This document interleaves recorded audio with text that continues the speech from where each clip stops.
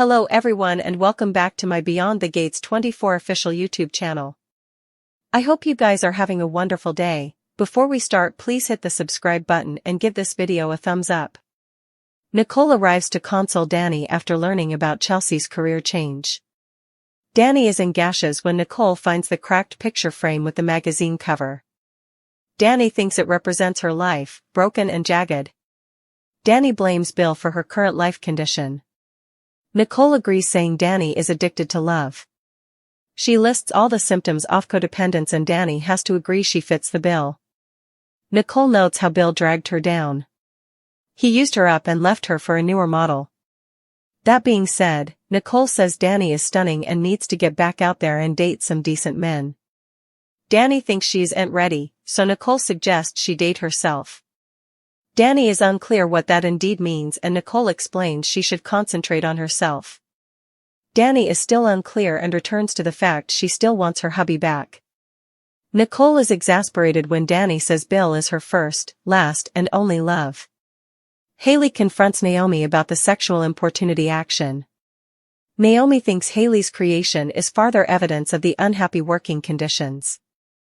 Hayley says she earned her creation and Naomi snarks, "On your reverse?" Hayley ignores the comment and says Naomi's need for vengeance on her father is going to impact numerous people's lives. Hayley insists the women filing the action are simply disgruntled. In addition, she no way had an issue with Mike. She thinks Naomi's wrathfulness at Bill is clouding her judgment. Hayley says she has a great life with Bill, but the only thing missing is Naomi, who is like a family. Naomi counters her only family is Kat, but Hayley wouldn't let her dismiss their close relationship.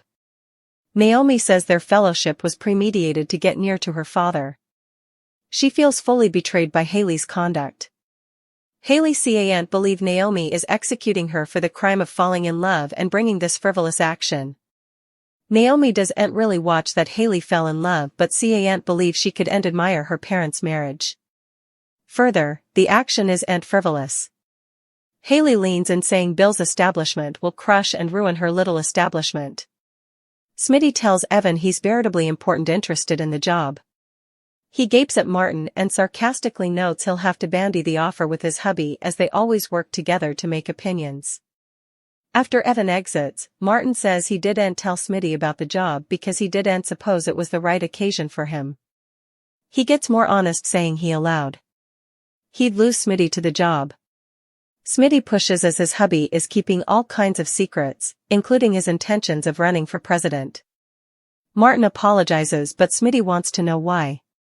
Martin promises he wouldn't keep anything from him again. Smitty asks if there are any other secrets he's caching.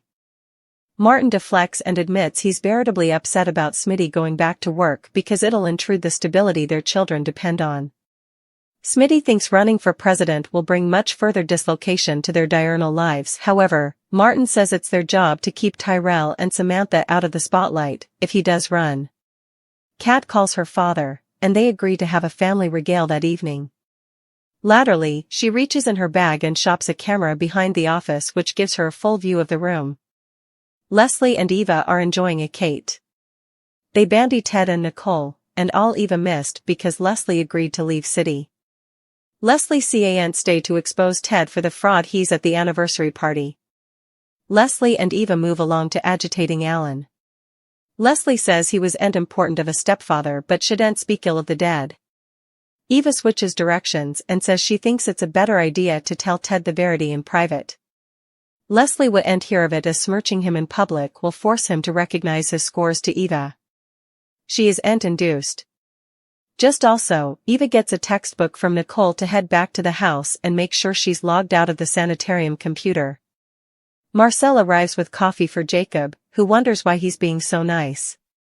He assumes Marcel wants commodity. Marcel insists he was only hazing the newbie and Jacob passed the test. Jacob isn't convinced and asks what's really going on. Marcel says he used to be just like Jacob and wants to cover him. Jacob confronts his father about Marcel's advanced station. His father tells him to back down or he'll be assigned a new mate. Kat checks her phone and grows intolerant as Eva has yet to take the bait. She spies Hayley and Naomi across the way before grabbing her fleece. Before she can exit, Leslie arrives saying her name is Anna, and she also knows Eva. She says she was a friend of Eva's mama who passed away times ago. Kat is rightfully confused, but Anna explains Eva loves her job but thinks Kat hates her. She wonders if there's anything she can do to smooth effects over. Kat reminds Anna that Eva is her mama's particular adjunct and there's no need for them to be besties. Further, Eva is the problem, not her. The discussion continues until Kat tells Anna to bear a communication to Eva about esteeming boundaries. As the two are speaking, Ted arrives and ducks behind a curtain.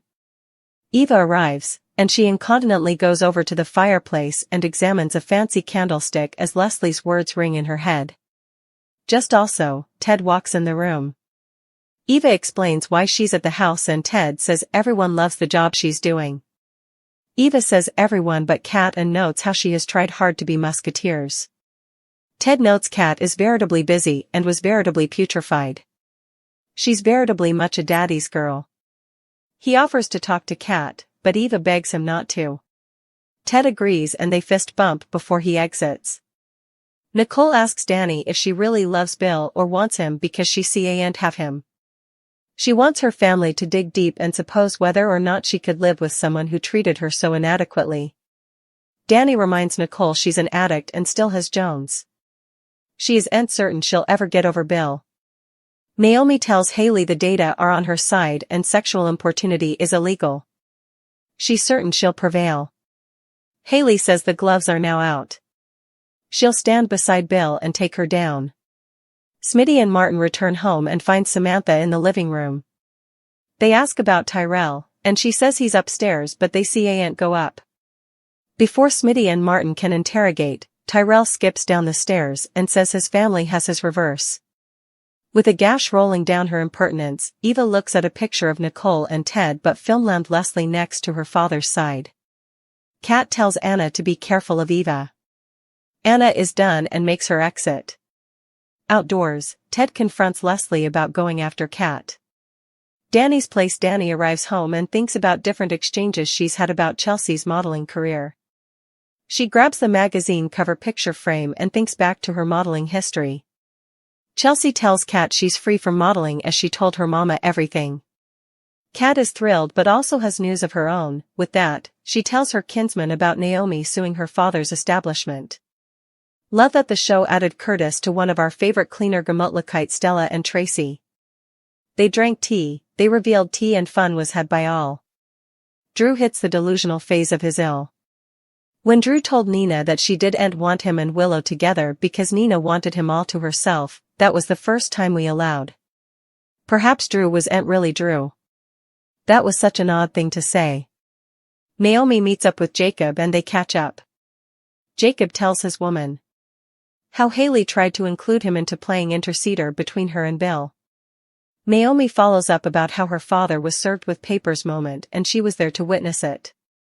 Jacob notes how hard it must have been for Naomi to defy her father, but she said it was the most natural thing in the world. Naomi goes into detail about her fight with her father and says their legal hall of war made her feel closer to him.